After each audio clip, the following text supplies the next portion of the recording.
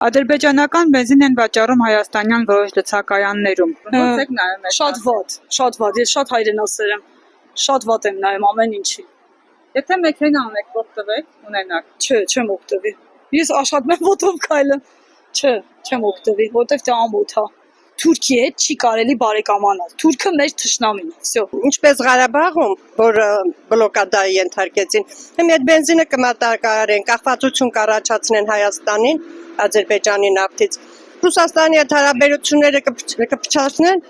ու կշրջափակեն Ղարաբաղի նման։ Ադրբեջանը բենզինը չի տա, մյուս բաները չի տա, վերջը մեր մի չանց կտան, կասեն գնացեք, ինչպես Ղարաբաղում։ Ես տենց եմ նայում կյանքին, չգիտեմ ով ոնց։ Մի հետ էլա, մարդիր թշնամու հետ Սկի որ Հայաստանի մեջ մի հետ լարվում ես, չես ուզում նրա հետ առնչություն ունենաց, այդքան մեր ջահելները գնացին Կորան, էլ նրանց հետ կարելի է հարաբերություն ունենալ։ Իրանց համար պետք է։ Ինձ համար պետք է կյանքում ես ադրբեջանցու հետ ոչ բարեկամություն կանեմ, ոչ հարևանություն։ Ինքան զոհ եմ տվել, որ ախպեր տղեր։ Ինձ Ադրբեջան չպետք է չէ։ Իրանա պետք է։ Ինչպես է ստացվում, որ մեր Հայաստանի վարչապետը մեր բոլոր բարեկամներին թշնամի դարձրեց։ Իսկ այն բոլոր թշնամիները, որ դարերով մեզ հետ թշնամություն էր անում, նրա հետ ուզում աննստի բարեկամություն անում։ Ես չեմ հասկանում։ Եվ ոչ միայն ես, այլ նաև մնացածները չեն հասկանում, այս ինչ իշխանություն է։ Սա այն ժամանակաշրջան է, որ նոր սերունդը, հաղթանակի սերունդը, պատերազմ տեսած կորուստներ ունեցած սերունդը չի կարող։ Առնվազն պիտի 50 տարի ժամանակ անցնի, որպեսզի նոր սերունդը ստեղծի նոր քաղաքական դաշտ, այդ դաշտի վրա կարողանան ստեղծել կապեր։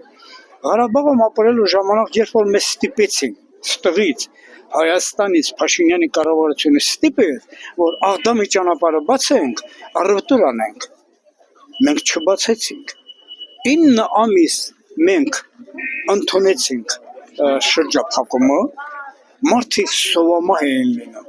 երեխան դպրոցում ուշաթափ էր լինում սովից։ Եվ մենք չբացեցինք։ Հիմա ինքը թշնամու հետ ուզում է Մարգարեի կամուրջը բացի առևտուր անի, ուզում է Ճիրանցում առևտուր անի, ուզում է մնացածների հետ առևտուր անի, դա չի լինի։ Ժամանակա պետք,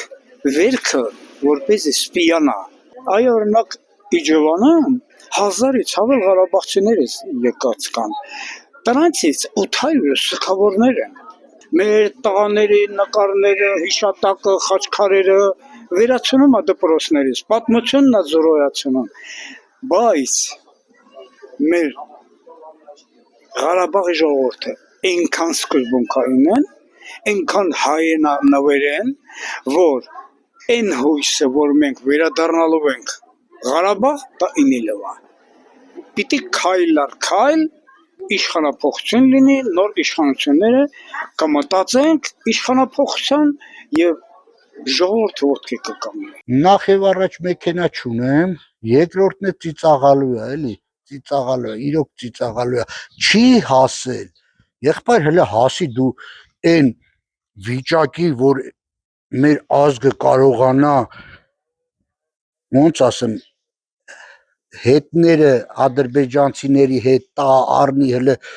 առաջի քայլերը իրանք են, չէ՞ ախ, թե թո իրանք անեն, դրա համար եմ ասում, թե թո ճանաչեն հայոց ցեղասպանությունը, ուրիշ բան չեմ ասում, նրանք է թո իրանց գրքերից այդ հայատությունը հանեն, որպեսզի այս ժողովուրդն էլ ասի, ախպեր, լավ հասկացանք, արա, դե մարդիկ իրանք առաջի հաղթող են, առաջի քայլերը արել են, դե սպասի